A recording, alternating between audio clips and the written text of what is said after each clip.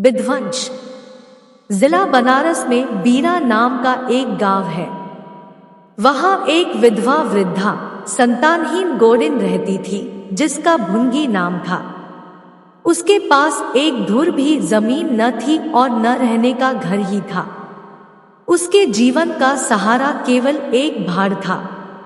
गांव के लोग प्रायः एक बेला चबैना या सत्तू पर निर्वाह करते ही हैं, इसलिए भुनगी के भाड़ पर नित्य भीड़ लगी रहती थी। वह जो कुछ बुनाई पाती वही भून या पीस कर खा लेती और भाड़ ही की झोंपड़ी के एक कोने में पड़ रहती। वह प्रातःकाल उठती और चारों ओर से भाड़ झोंकने के लिए सूखी पत्तियां बटोर लाती। भाड़ के पास ही पत्तियों का एक बड़ा ढेर लगा रहता था। दोपहर के बाद उसका भाड़ जलता था, लेकिन जब एकादशी या पूर्णमासी के दिन प्रथानुसार भाड़ न जलता या गांव के जमींदार पंडित उद्यभान पाड़े के दाने भूनने पड़ते, उस दिन उसे भूखे ही सो रहना पड़ता था। पंडित जी उससे बेगार में दाने ही न भुनवाते थे, उसे उनके घर का पानी भी भरना पड़ता था और कभी कभी इस हेतु से भी भाड़ बंद रहता था। वह पंडित जी के गांव में रहती थी, इसलिए उन्हें उससे सभी प्रकार की बेगार लेने का अधिकार था। उसे अन्याय नहीं कहा जा सकता। अन्याय केवल इतना था कि बेगार सूखी लेते थे। उनकी धारणा यह थी कि जब खाने ही को दिया गया तो बेगार कैसी। किसान को अधिकार है कि बैलों को दिन भर जोतने के बाद शाम को खूंटे से भूखा बांध दे। यदि वह ऐसा नहीं करता तो यह उसकी दयालुता नहीं है, केवल अपनी हित चिंता है। पंडित जी को उसकी चिंता न थी, क्योंकि एक तो भुनगी 2-1 दिन भूखी रहने से मर नहीं सकती थी और यदि दैवयोग से मर भी जाती तो उसकी जगह दूसरा गोड़ बड़ी आसानी से बसाया जा सकता था। पंडित जी की यही क्या कम कृपा थी कि वह भुनगी को अपने गांव में बसाए हुए थे। चैत का महीना था और संक्रांति का पर्व। आज के दिन नए अन्न का सत्तू खाया और दान दिया जाता है। घरों में आग नहीं जलती। भुनगी का भाड़ आज बड़े जोरों पर था। उसके सामने एक मेला सा लगा हुआ था। सांस लेने का भी अवकाश न था। गाहकों की जल्दबाजी पर कभी कभी झुंझला पड़ती थी कि इतने में जमींदार साहब के यहाँ से 2 बड़े बड़े टोकरे अनाज से भरे हुए आ पहुँचे और हुक्म हुआ कि अभी भून दे। भुनगी दोनों टोकरे देखकर सहम उठी।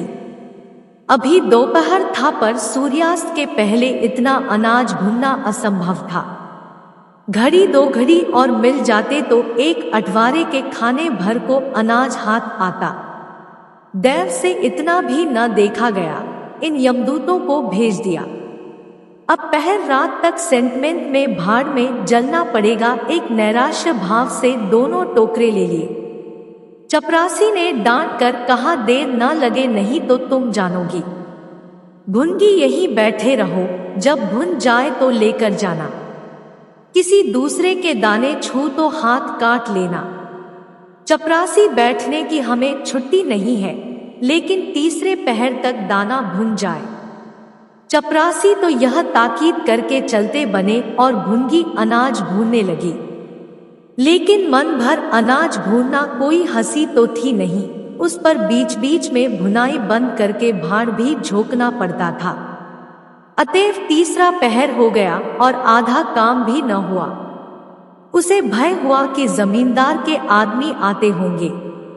आते ही गालियां देंगे, मारेंगे। उसने और वेग से हाथ चलाना शुरू किया। रास्ते की ओर ताकती और बालू नाद में छोड़ती जाती थी।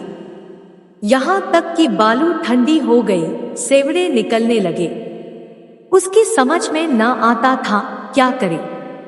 न भूनते बनता था, न छोड़ते बनता था। सोचने लगी, कैसी विपत्ति है। पंडित जी कौन मेरी रोटियां चला देते हैं, कौन मेरे आंसू पोंछ देते हैं। अपना रक्त जलाती हूं तब कहीं दाना मिलता है, लेकिन जब देखो खोपड़ी पर सवार रहते हैं, इसलिए न कि उनकी 4 अंगुल धरती से मेरा निस्तार हो रहा है। क्या इतनी सी जमीन का इतना मोल है? ऐसे कितने ही टुकड़े गांव में बेकाम पड़े हैं, कितनी बकरियां उजाड़ पड़ी हुई है। वहां तो केसर नहीं उपजती, फिर मुझी पर क्यों यह आठों पहर धौंस रहती है? कोई बात हुई और यह धमकी मिली कि भाड़ खोद कर फेंक दूंगा, उजाड़ दूंगा। मेरे सिर पर भी कोई होता तो क्या बौछारें सहनी पड़ती। वह इन्हीं कुत्सित विचारों में पड़ी हुई थी कि दोनों चपरासियों ने आकर कर्कश स्वर में कहा, क्यों री, दाने भून गए? भुनगी ने निडर होकर कहा, भून तो रही हूं, देखते नहीं हो।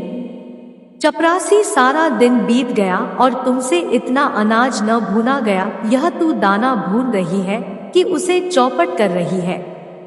यह तो बिल्कुल सेवड़े हैं, इनका सत्तू कैसे बनेगा? हमारा सत्यानाश कर दिया। देख तो आज महाराज तेरी क्या गति करते हैं। परिणाम यह हुआ कि उसी रात को भाड़ खोद डाला गया और वह अभागिनी विधवा निरावलम हो गई। भुनगी को अब रोटियों का कोई सहारा न रहा। गांव वालों को भी भाड़ के विध्वंस हो जाने से बहुत कष्ट होने लगा। कितने ही घरों में दोपहर को दाना ही न मयस्सर होता। लोगों ने जाकर पंडित जी से कहा कि बुढ़िया को भाड़ जलाने की आज्ञा दे दीजिए, लेकिन पंडित जी ने कुछ ध्यान न दिया। वह अपना रोग न घटा सकते थे। बुढ़िया से उसके कुछ शुभचिंतकों ने अनुरोध किया कि जाकर किसी दूसरे गांव में क्यों नहीं बस जाती, लेकिन उसका हृदय इस प्रस्ताव को स्वीकार न करता। इस गांव में उसने अपने अदिन के 50 वर्ष काटे थे। यहाँ के एक एक पेड़ पत्ते से उसे प्रेम हो गया था। जीवन के सुख दुख इसी गांव में भोगे थे। अब अंतिम समय वह इसे कैसे त्याग दे, यह कल्पना ही उसे संकटमय जान पड़ती थी। दूसरे गांव के सुख से यहाँ का दोहक भी प्यारा था। इस प्रकार एक पूरा महीना गुजर गया। प्रातःकाल था। पंडित उद्यभान अपने 2-3 चपरासियों को लिए लगान वसूल करने जा रहे थे। कारिंदों पर उन्हें विश्वास न था। नजराने में, डारबांध में, रसूम में वह किसी अन्य व्यक्ति को शरीक न करते थे। बुढ़िया के भाड़ की ओर ताका तो बदन में आग सी लग गई। उसका पुनरुद्धार हो रहा था। बुढ़िया बड़े वेग से उस पर मिट्टी के लोंदे रख रही थी। कदाचित उसने कुछ रात रहते ही काम में हाथ लगा दिया था और सूर्योदय से पहले ही उसे समाप्त कर देना चाहती थी। उसे लेश मात्र भी शंका न थी कि मैं जमींदार के विरुद्ध कोई काम कर रही हूं। क्रोध इतना चिरजीवी हो सकता है, इसका समाधान भी उसके मन में न था। एक प्रतिभाशाली पुरुष किसी दीन अबला से इतना कीना रख सकता है, उसे उसका ध्यान भी न था। वह स्वभावतः मानव चरित्र को इससे कहीं ऊंचा समझती थी। लेकिन हाँ हतभागिनी, तूने धूप में ही बाल सफेद किए। सहसा उद्यभान ने गरज कर कहा, किसके हुक्म से? भुनगी ने हकबका कर देखा तो सामने जमींदार महोदय खड़े हैं। उद्यभान ने फिर पूछा, किसके हुक्म से बना रही है? भुनगी डरते हुए बोली, सब लोग कहने लगे बना लो तो बना रही हूं। उद्यभान, मैं अभी इसे फिर खुदवा डालूंगा। यह कह उन्होंने भाड़ में एक ठोकर मारी। गीली मिट्टी सब कुछ लिए दिए बैठ गई। दूसरी ठोकर नाक पर चलाई, लेकिन बुढ़िया सामने आ गई और ठोकर उसकी कमर पर पड़ी। अब उसे क्रोध आया। कमर सहलाते हुए बोली, महाराज तुम्हें आदमी का डर नहीं है तो भगवान का डर तो होना चाहिए।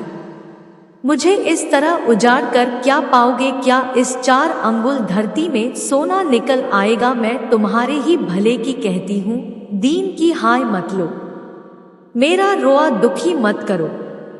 उद्यभान, अब तो यहाँ फिर भाड़ न बनाएगी।